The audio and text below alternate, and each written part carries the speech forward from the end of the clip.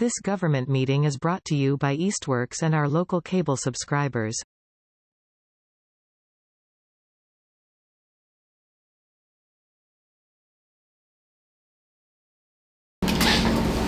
Yeah. All right. Hey, it's March 23rd, 6:30 p.m. This is the Easthampton City Council Public Safety Committee. I see our two other members, Councilors Derby and Union, are in attendance. We're also honored by the attendance of, in no specific order, Police Chief Alberti and City Planner Bagg. Let me just pull up the agenda here. So we have minutes from a while ago, December 6th. I can't believe it's been that long. I guess it's been a quiet time for public safety in the city. Has everyone had a chance to review that? I would move to accept the minutes. We have a motion to accept. We have a second. We have a motion and a second from Councilor Munier. My only comment would be to the clerk, just if you could create some context for what these public works items were about, maybe just put it at an acceptance that it was the DPW report. Before I submit them to the town clerk? Yeah, if you don't mind, just so people understand why we were talking about all this stuff. Absolutely. That's all. Okay, so unless anyone else has any other comments, we'll have to take a roll call vote. I'll take a vote to approve. All in favor? Aye. Aye. All opposed? Abstain? Okay. Minutes are approved from December 6, 2022. Moving right along here, public speak time. Is there anyone here from the public who would like to make any comment not pertaining to items that are not on the agenda? Seeing none? We're cruising. Today we have Police Chief Alberti here for his quarterly report, but we also have some new business regarding the Mounttown Trailhead, and that item requires input from a number of municipal stakeholders, including police and planning. Chief, do you mind if we address that first? No, I don't need to. I anticipated. Great. So just to give some background, there's been some conversations, and I'll turn it over to the planner in a second. There's been some conversations and feedback from abutters regarding access to the parking lot off of East Street for the brand new trail system, and there's been certainly some inconvenience and some nuisance created by people walking through yards. The DPW had put some boulders out, but that still doesn't seem to be hindering people from parking where they probably shouldn't. But the issue is that there's no parking right now. Therefore there's no enforcement by our police force. In addition to that, people parking remotely and then walking to the trailhead, there are potential safety concerns there in terms of no real formal pedestrian walkways now, ways to cross East Street, and then as well as concerns about speeding and motorist safety in the area. Those latter issues, I think are going to be more of an extended conversation with folks like police planning and DPW and maybe parks as well. But there's some language that our planner had put together, at least to first establish kind of a no parking zone. So before I turn over to the planner, any comments from the committee members? So Mr. Bagg, if I could just turn it over to you and kind of, if you could wax poetic a little bit about the thing here. Well, I think first and foremost, it's an attempt to be responsive to some of the abutters in the vicinity, all of which have been actually really cooperative, and it's been a good process to design the park, build it, and then see it open. I think that what we're trying to balance is sort of this heightened level of use because it's new, versus kind of like trying to manage some of the parking that's not happening on the property itself. So just for a recap, so there's 7 standard parking spaces that were built and then 2 handicap accessible spaces. And as you said, the immediate abutter to the south, it's if you're looking at the driveway, the parking area, it's to the right. They're suffering the most. Vehicles parked on their front lawn. It's very open. And so we coordinated with the Parks Department, but mainly DPW and the owner, to put out some boulders.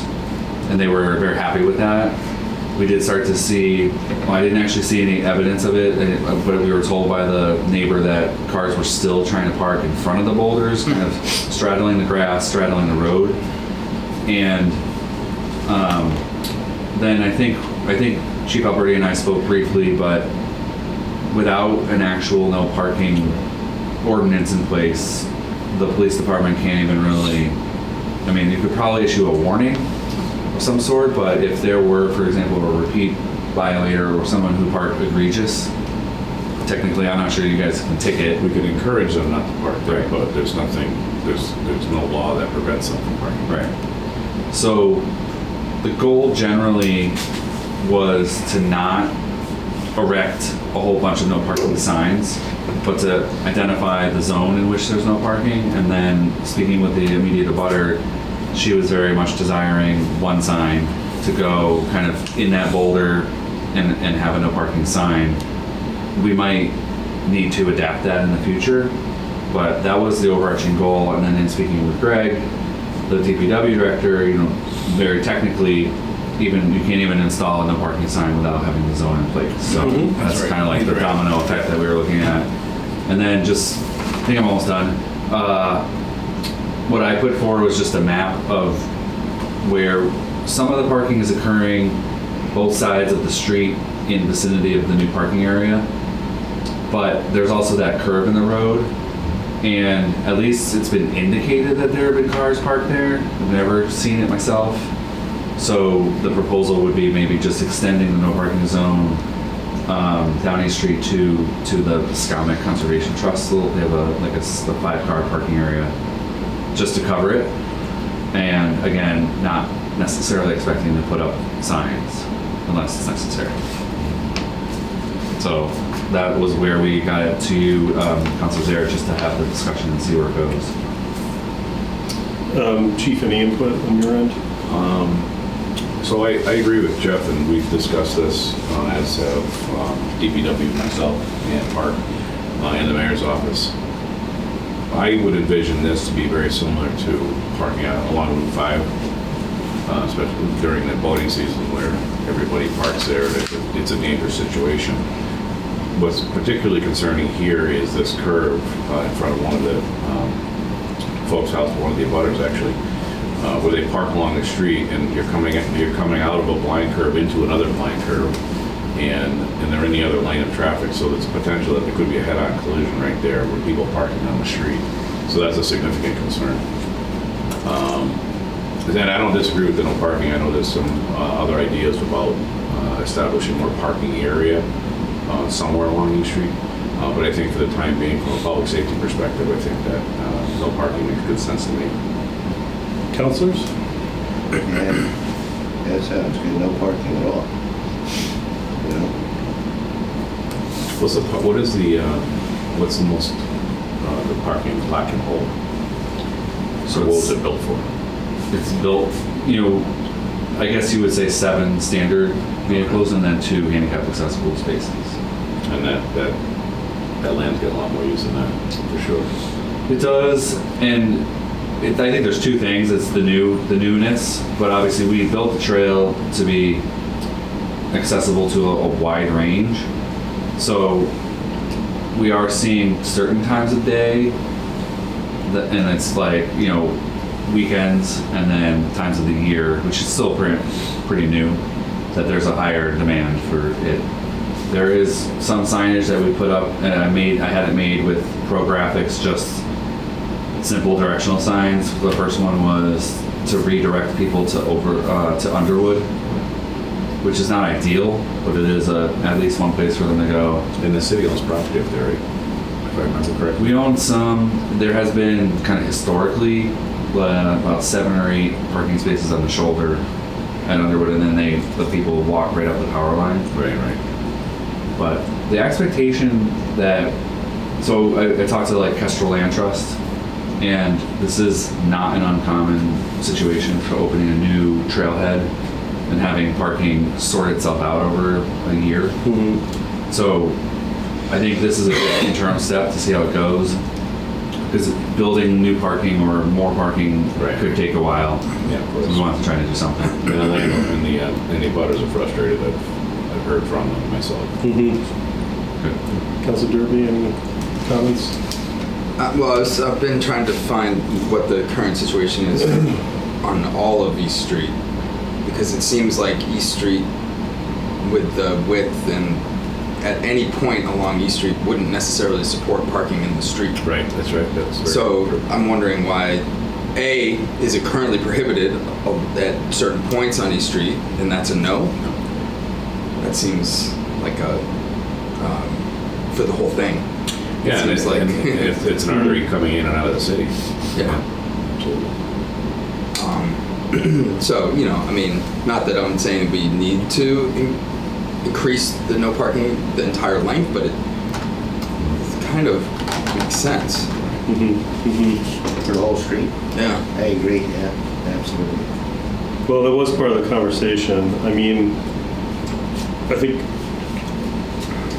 it's complicated because the agenda item is really narrow to this area, but it's something that's worth going back and discussing. But I don't object to having a more. Yes, Chief. I was going to say we've had at least 2 of our data collection radar signs out there. I think they're just taken down, so I can get that data to the council, to the planner, on the the different speeds, the car counts, all the graphs that come with that. I think that'll be helpful too. Any way to find out if I got the high score? Now I know usually the people that get the high score on that are us. Going to a call. I mean, to Councilor Derby's point, I rarely ever see, outside of this area, I rarely ever see cars parked on East Street, so I don't think it would be unreasonable to have a broader discussion outside of this to make the entire street no parking. I think it'd be the equivalent of having the same discussion about Pike Street, another artery. You never see cars parked on Pike Street, very rarely, unless they're broken down. Right, nor is that street really, it doesn't lend to parking on the street anyways, and if you do, it's dangerous. Yeah. So that, I mean, we could, what I would be willing to do regarding this item, I think, just for the sake of the meeting, is to bring back conversations about some of those streets. But my other question would be then, I know, I think the word sign forest was used in some of the conversations, and I get that. How would we, so there's 2 things. So what it looks like, so if you're facing the parking lot to your left, there's a short length up to 99 East. That's, I don't know how many feet that is. Right, that looks like it runs north. 99, yeah. It runs northeasterly,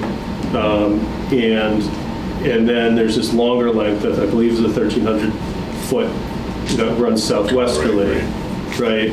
So my biggest question is how in the most minimalistic way possible can we properly delineate the no parking zone that people will understand that it exists. That's a good question. I didn't really look at what a sign would, because in theory you could put a sign at the east side of 90, like at the edge of 99 here, and say no parking, and have an arrow. It's like a standard kind of, and then right before the Pascomic Conservation Trust parking lot, which is over here, you could have a no parking and have a right arrow. That would probably not be what most people are looking for, but we're not trying to tackle, like, it's not as if people are parking all over this whole stretch. Yep.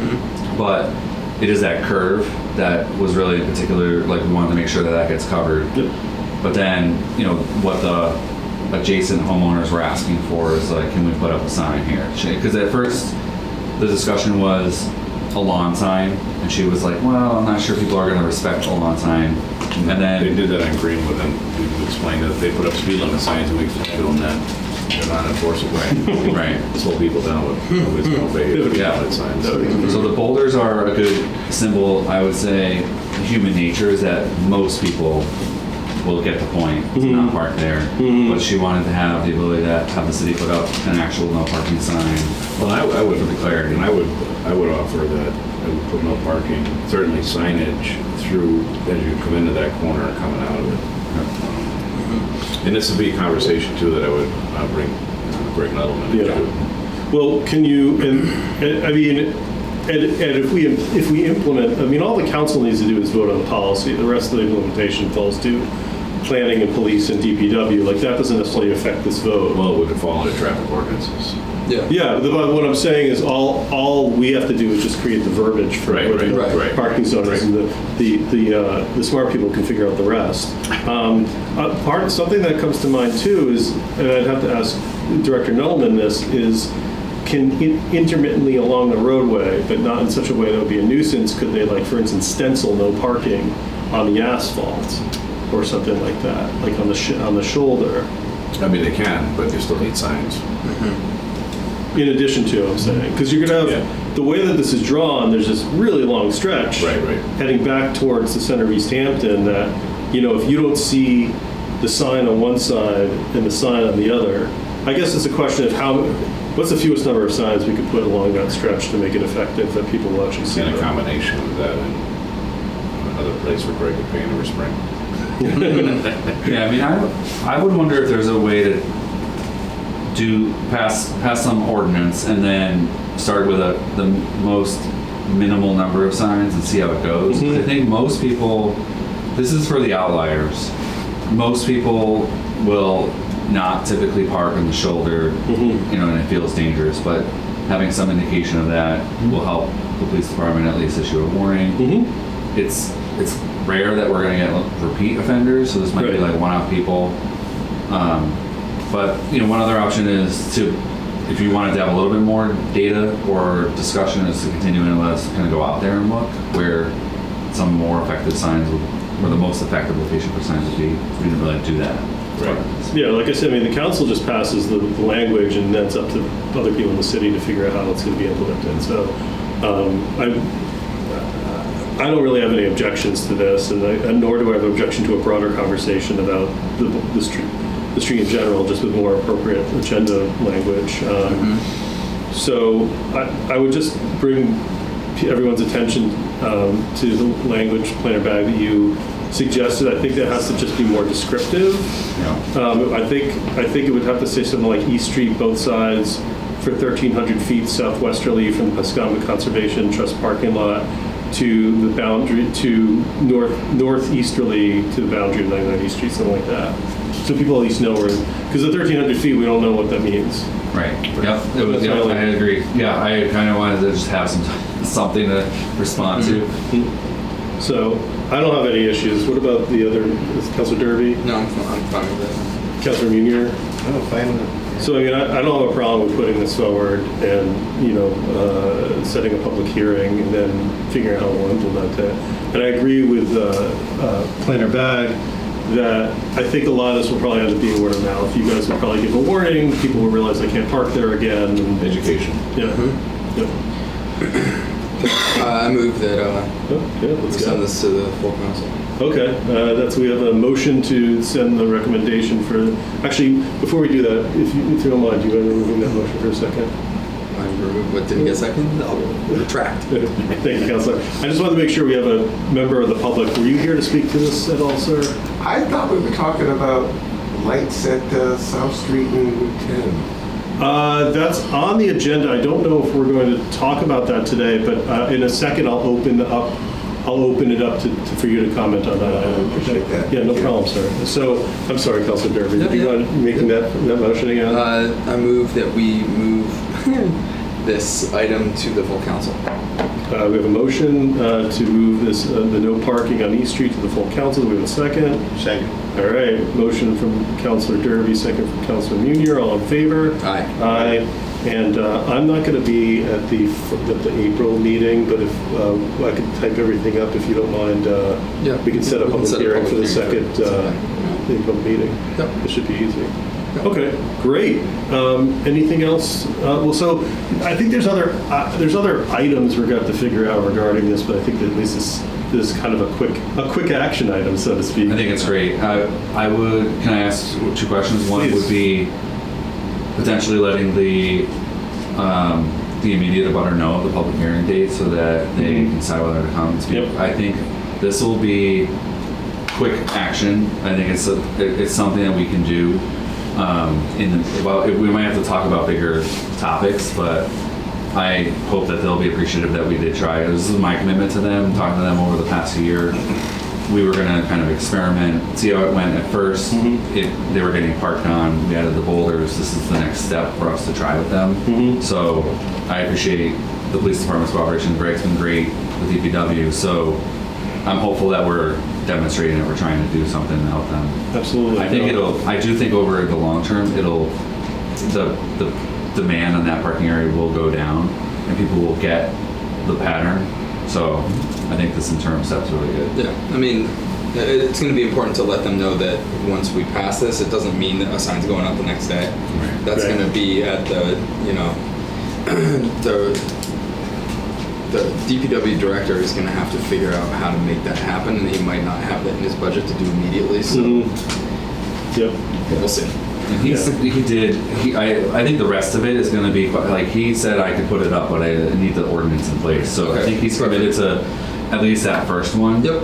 Going out to help soften the impacts to the neighbor, but Yep. the rest of it might be a little more timely. Yeah, and I spoke to him today. He said Right. he had no issues with Great. this. I think that I will try, regarding kind of the more complicated conversations and brainstorming around the rest of this area, what I'll try to do, I don't foresee, and you can correct me, Mr. Bag, a lot of that's going to be long-term stuff, so I think maybe in April or May I can convene a meeting of this committee and we can have you, hopefully a DPW director, parks, police, to have some of those broader discussions about the pedestrian safety, motorist safety piece. There is an existing sidewalk that starts at the Route 5 intersection. It's not in great shape, but it does exist. It starts at Route 5 and goes 90% of the way to the trail.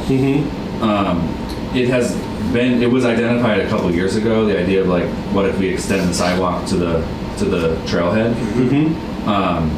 But then the crossing of the street becomes a challenge. And then there's the connection between Pascomic's parking area going back to the trailhead the other way, and that has the turn in the road and there's a stream.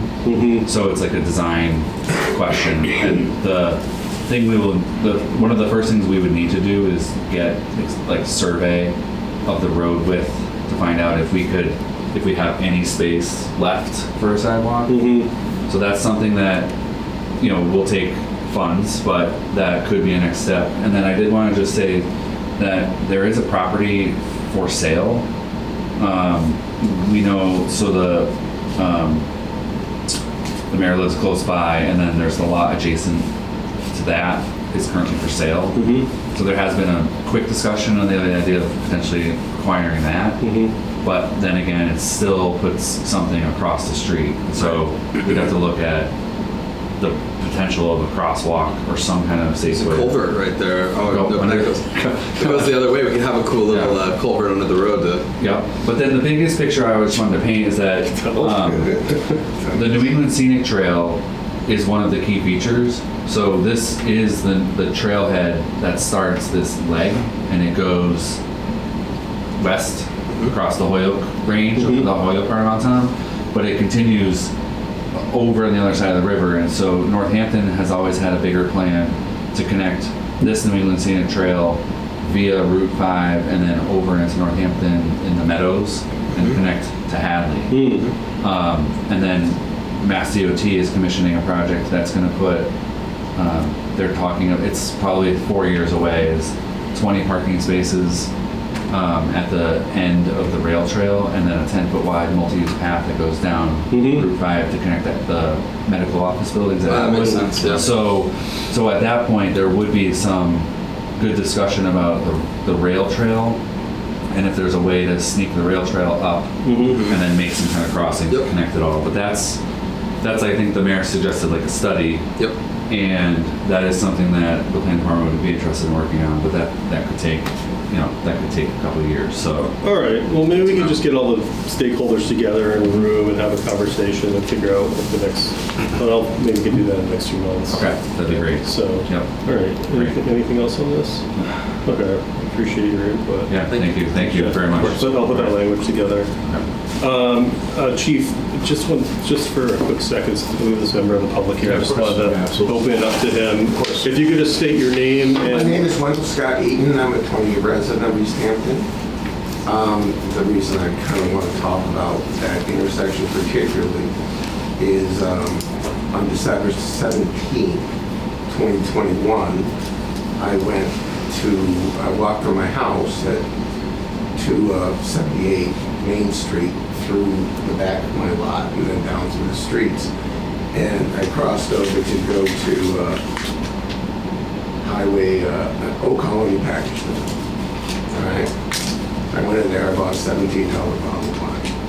I bought 2 nips of Di Serono for Christmas. And leaving there, I walked through the parking lot to the Jersey barrier that they have at the end of that parking lot and crossed over to College Highway Varieties parking lot. At that time, 1 foot from the edge of the road, I was struck by a car. Okay? This arm was disconnected, and I just had this one operated on. This is a year between the 2 operations.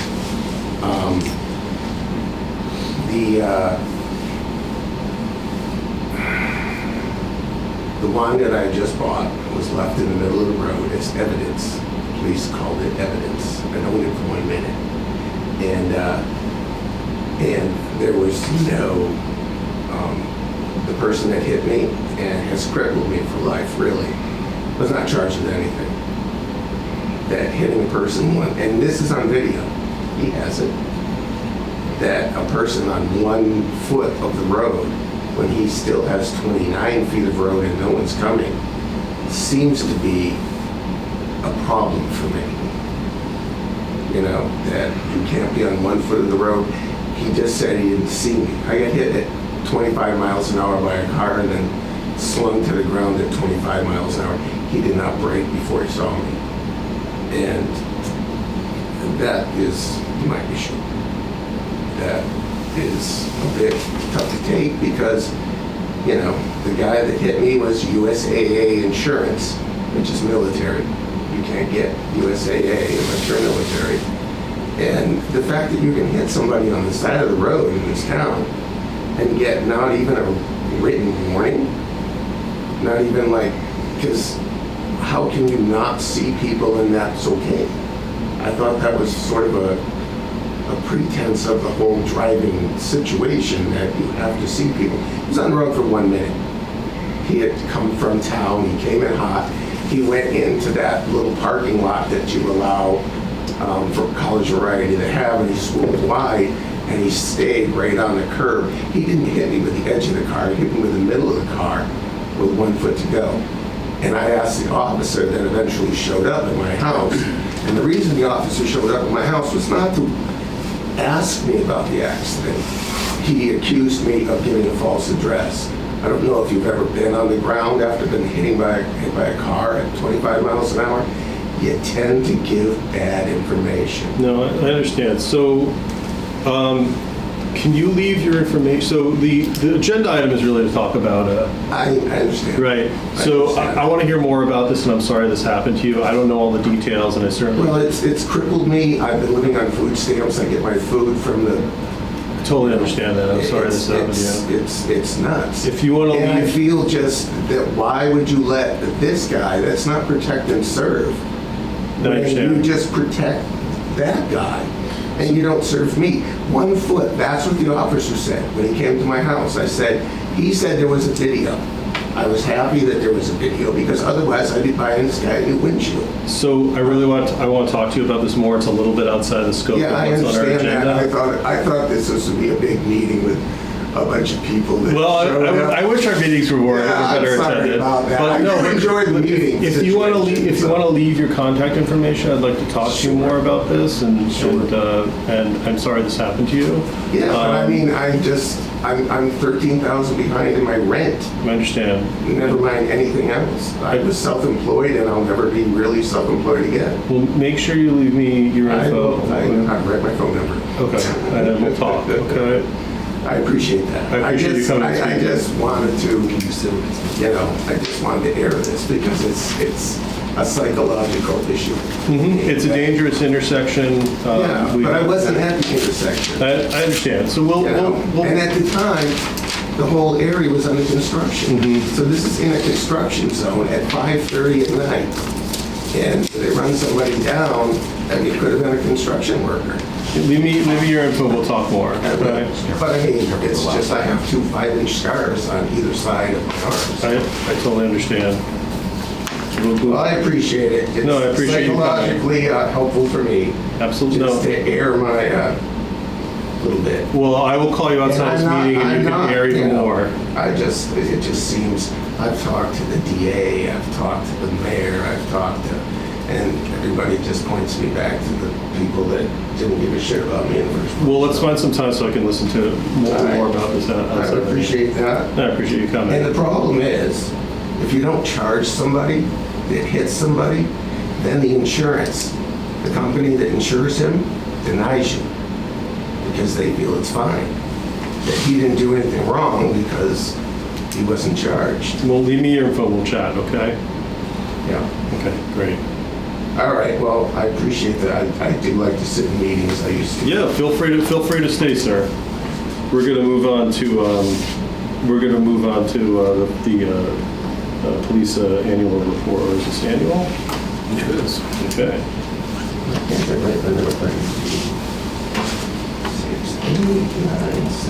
All right. Thank you for coming. And Thank you. I'm truly I sorry. appreciate that you were here, Chief. Thank you. Yeah. Oh, we definitely need lights at that intersection. I can see that intersection right through my window. I watch it all the time. I've seen 4 major car crashes there. It's definitely dangerous. We'll talk soon, sir. Thank you for coming. Okay, so next on our... Yeah. Thank you, Jeff. Good to see you. Have a great day. So next we have, as we've been doing these quarterly reports, we were going to meet with the chief, I think, a month ago, but Mother Nature had other plans. Chief, I'll turn it over to you. I've had the chance to review this, and if you maybe, the only thing I'd ask, if you could find kind of natural pauses within the organization of your report, so we could just ask questions that went to the end. Sure. I made some highlights to go over. Okay. I don't want to belabor the entire report. It's pretty lengthy, and it will be up on our website, on the city website, for the residents to read as well. So I'll go through some of the highlights, and then if the councils have questions, I'm happy to answer them. So one of the first things I'll start out with is our staffing. We're very fortunate that we're fully staffed currently. Unlike many police departments in the Commonwealth, they're not fully staffed and they're having major recruitment issues. However, having said that, come July, we're going to have some vacancies, and because of the police reform bill and the post commission's rules, we cannot hire part-time police officers anymore, as I've said to the council many times. And so that creates it eliminates our hiring pool, essentially, of our specials that we decide are a good fit with us and we're a good fit with them. So that's going to be some problematic hiring in July. But with that, currently we're fully staffed until July. We have many beats every single year that go left unfilled because we do not have minimum manning. But we do the best we can with what we have. What I am very, very proud of and very happy to report is that we now have a law enforcement citywide, it's a mental health and wellness coordinator grant that we hired. Emma Riley is the employee in that works that grant. with an emphasis on law enforcement. So she's available to all the city employees, and she's been working with the schools, various departments within the city. She's got a lot of work. And of course, she picked up some more work with our officers this past week. She debriefed, she was part of the crisis team that debriefed on the homicide. But and I'll just read just what the program is. This program is intended to improve the delivery and access to mental health and wellness services for law enforcement through the implementation of peer support training, family resources, suicide prevention, and other promising practices for wellness. What we're most proud of is nationwide, only 42 applications were awarded across the country, and Easthampton was chosen as one of the award recipients, so it's a pretty big deal. So we're very, very proud of that.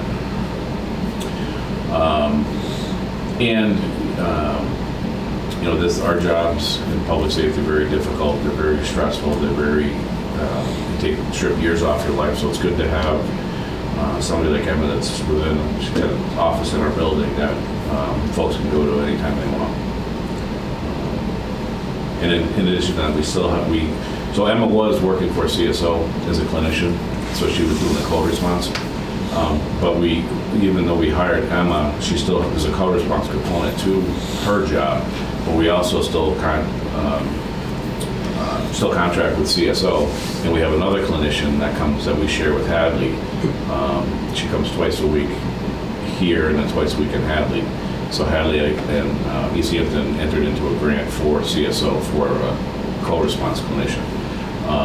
So we're in really good shape as it comes to mental health for our employees and also the community at large.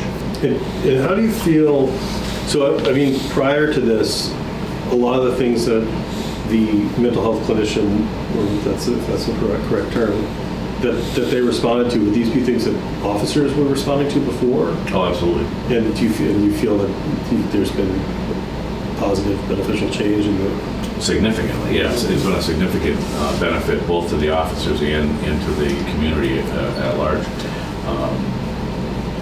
And I'll get to the statistics, but the amount of calls that the call responders go on, it's pretty impressive for Easthampton in a good way, that we have this resource for folks where they can be evaluated right on scene and not have to go to the hospital and just get the ambulance, go to the hospital, get evaluated there. Now they can get evaluated in their own homes, and then the clinician can make a decision what to do at that point. The community's been extremely responsive to this program, and my officers, which really blew me away, like when Emma or the other woman, Ellen from CSO, when they're in the station, like at shift change, everybody's jockeying to see who can get them to go with them. And because it's not just a ride along. It's they're serving a very important purpose, and the officers really appreciate the teamwork. It's great. And so one of the other things that I wanted to point out in the report, and I put it in the budget, which we'll see shortly, is we're implementing a new training sergeant. And this is based on the MPTC mandates and the Post Commission's mandates for training. I don't read it, but the statutory requirements from the MPTC for just this year alone is 40 pages long of training that they're offering, and that most of them, a significant amount of them are mandated. So we just don't have the manpower to implement. It's another unfunded mandate by the state, right? So we have to come up with a better solution than what we're doing. We're piecemealing training across multiple supervisors. So we really have to put it in, one catch-all where that one supervisor can make sure that everybody's getting everything that they need and getting it all done and reporting back to the MPTC and Post. So it's very, very similar to the fire department's captain that's in charge of training. It's very similar model. And that's currently in the budget that will be coming your way. Any questions? So with trends, public safety has been incredibly busy, even coming out of COVID. Just from 2001 alone, there was an increase of 4,000 calls for service in 2022. And our manpower has not changed. So we're going at 4,000 more calls a year with the same amount of folks that we had in 2018, 2019. And that number, I think we're 8,000 more calls than 2020. It almost doubled every year since COVID. So that in there, I broke down the calls for service and the trends for the council. We continue to write grants. The co-response grant that I just spoke of is the $90,000 grant that we share with Hadley. Of course, we do the traffic safety grants, the Department of Justice grants for an officer, which we have to absorb in the budget next year. So we have one officer on a grant, our community policing officers on a grant. So we'll have to absorb that.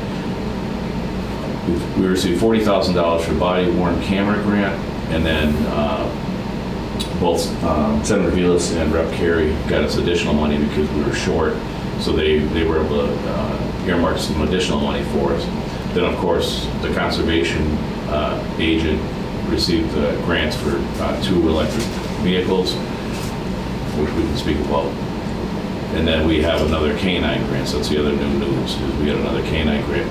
Gino, our current canine, is 7 years old, so he's going to start working towards retirement.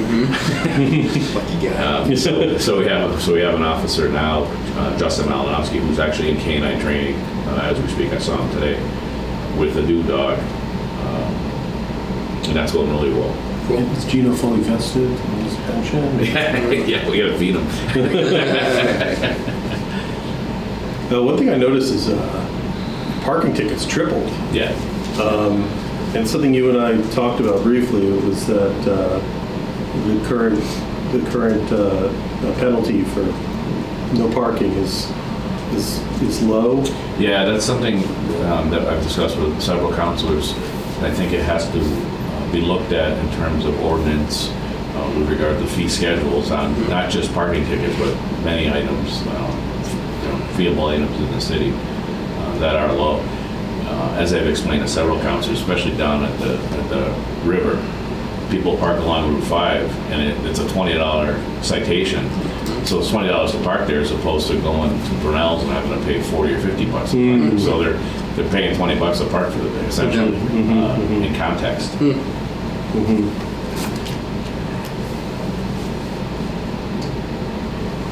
Certainly, the opioid crisis remains. Narcotics are very fluent in Easthampton. We have several task forces that work with us to combat that. In 2022, there were 21 overdoses, resulting in 5 deaths, which is up from 2021, where we had 2 deaths, I believe it's in here. So that's significant for us, especially in our smaller community. And then I laid out additional data. If you guys have any questions about that, I'm happy to answer. And then this is always a topic of conversation and concern. It's our bias-free professional policing annual review. And I like to highlight on this particular topic because we break out city residents and non-city residents for the fact that some folks compare our percentages as it's broken down between white, Hispanic, Black, Asian, Native American, Middle Eastern, and unknown.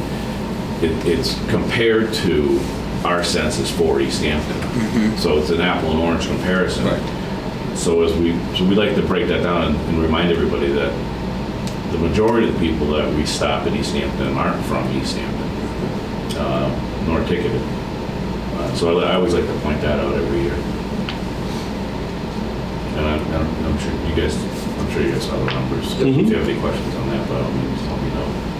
And I seem to remember there was a recent prior year we actually had better breakdown between city and non-city resident stops by race that better explained kind of what some people thought was a discrepancy. We don't have that this year, right? No, and that was a 2020 study that was conducted by the state, and it was very detailed, very in-depth, and I'm sure it took them 2 years to do. So with any luck, we'll get that same study perhaps next year, Okay. which would be very helpful. And again, a lot of what we do is data-driven.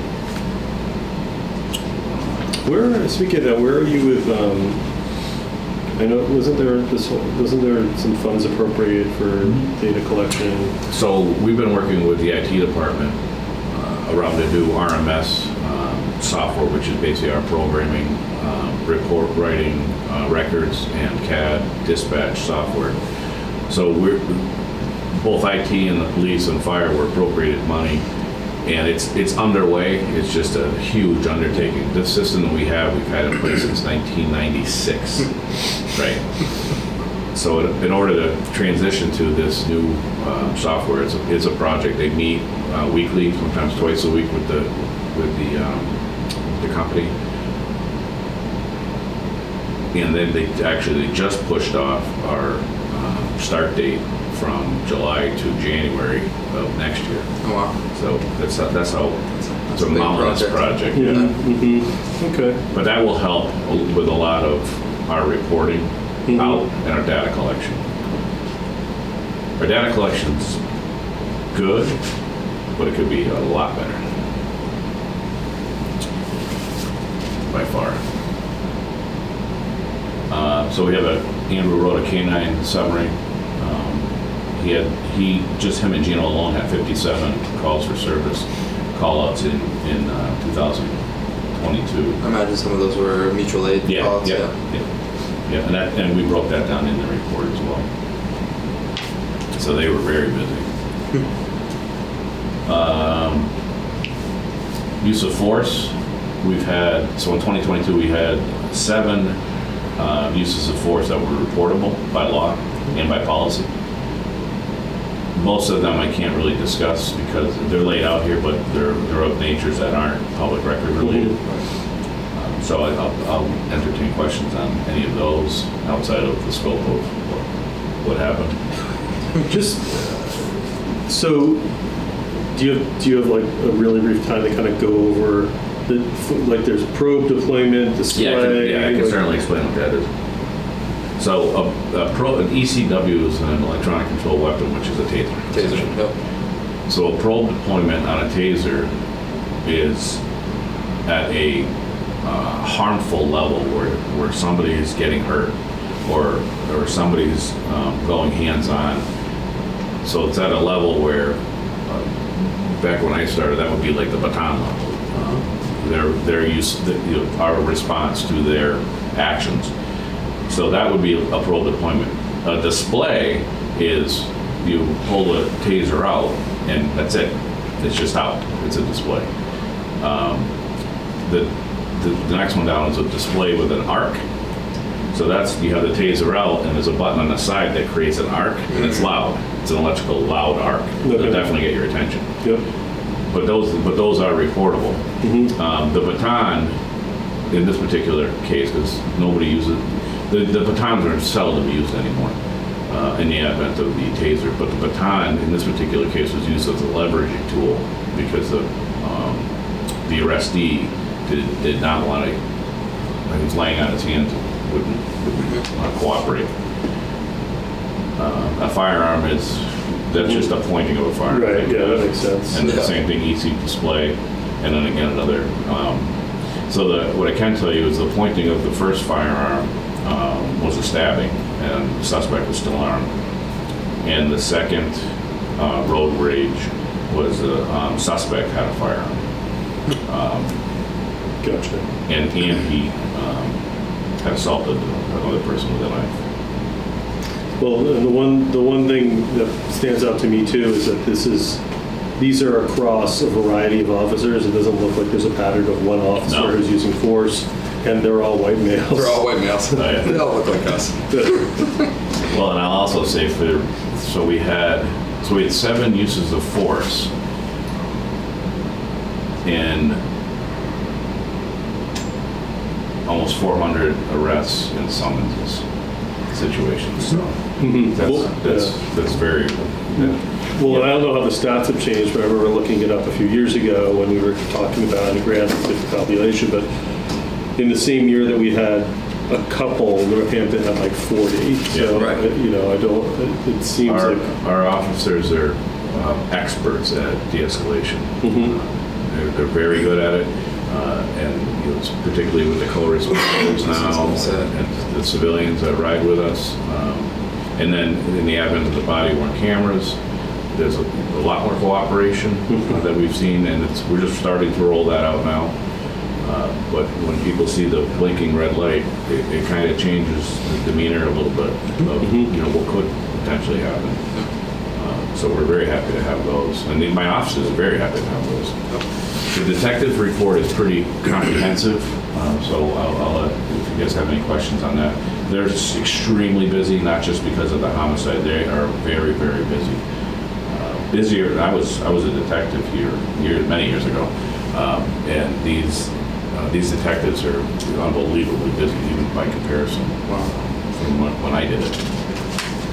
So just to be, I have a hard stop at 7:30, and I probably have to leave around 7:25. All right, well... So Yeah, no, I'm moving. you don't have to rush, but when I leave, it's not because I'm offended by. We're down to, and again, I'm just highlighting different things that I wanted to. Most of them we already did. We already discussed under training and our co-response coordinator and absorbing our grant position.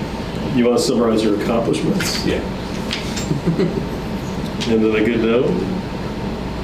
Yeah. I mean, it's all been a good note, but... Well, I'll give the council an update on the hybrid, the hybrid vehicles that we have. One of them, we've been waiting for months now for supply chain issues to get license siren put on them. So one of them is out in Marlboro right now, finally getting fitted. Nice. And then once that one comes back, we'll send the other one out. And we have the two chargers in the station now. So once those come out, I'll get to the council so we can. Well, we're going to bring them over for the conservation agents movie, but anytime certainly councils want to come over and take a ride, more than welcome. Absolutely. And, I mean, I don't want to get into too long of a conversation, but my understanding is you do still have some challenges with your fleet in terms of down vehicles and mileage need for... Yeah, we're definitely behind the curve and what we need for line cars. So of our 7 line cars, 4 of them are between 120 and 140,000 miles. 2 of them are parked because I don't want to throw good money at bad. So I don't want to. One of them needs about $5,000 worth of work, 140,000 miles on it. And just by way of example, when we had the nor'easter and homicide at the same time, I had to take 2 line cars off the line because the officers needed to be decontaminated, as did the 2 cruisers that they were in. So that night of the storm, we we just didn't have the cars to keep up with everything. So it's a real concern. It's a very real concern, and it should be for the council and the community and everybody else that relies on the police. And the pickup seems to be getting older too. I mean, it was a while ago that we replaced the old one and got the new one, but now that one's getting old. This one's old. It's a 2012. It's got, I don't know how many miles on it now. I don't have it in front of me, but it's an F-250. So part of my capital plan is I have a Lightning in there, the Ford Lightning to replace that. Oh, that'd be great. But that would take at least a year. Oh, minimal. Yeah. Even the hybrid line cruisers, the Interceptors, are out 8 months. Wow. People are liking the hybrid ones? Yeah. Oh, yeah. Even though we have them and they're not outfitted, they've been taking trainings, they've been taking them, to meetings, so that they enjoy it. Good. But other than that, our list of accomplishments are far and wide, and I would encourage the council and the community to go through them. We've accomplished a lot in the last year, and a lot more to come. Yeah, we're very busy. We're very proactive. Our community policing program is very robust. We try to be everywhere and do everything whenever we can. Well, we certainly appreciate it. Yeah, absolutely. Any grants on the horizon for some electric bikes to patrol the bike path? I like it. We talked about that. Nice. We talked about that last Can't be that much last better. year. Right. I mean, they're expensive, but Yeah. I mean, and one But they outfit really- for the police would be. Yeah. Yeah. We should look into that. Yeah, I'll help you out with that. absolutely. Yeah, I absolutely. have some experience since I Yeah. hurt my leg, so. Councilor Munier, any questions? No, I don't know if, the report's here, so people with any questions can always talk to the chief offline, and I appreciate you making the time. Yeah, no, appreciate it. And I believe President Gomez sent the report to the council. Yes, Okay. yeah. Good. Yep. All It's a lot of right. work. Appreciate that. Thank you. Yeah. I know you're busy. Well, if there's no other questions, I mean, we have a bunch of other items that there's not really any movement on them right now. I did talk to the chief that the ordinance review committee items, I'm going to review those with him so we can finally get Perfect. those to a hearing. And there's nothing really to talk about on these other things. So I'm happy to take a motion to adjourn. Motion to adjourn. Second. Okay, we have a motion for Councilor Munier and a second for Councilor Derby. All in favor? Aye. Meeting is adjourned. Awesome. This government meeting is brought to you by Eastworks and our local cable subscribers.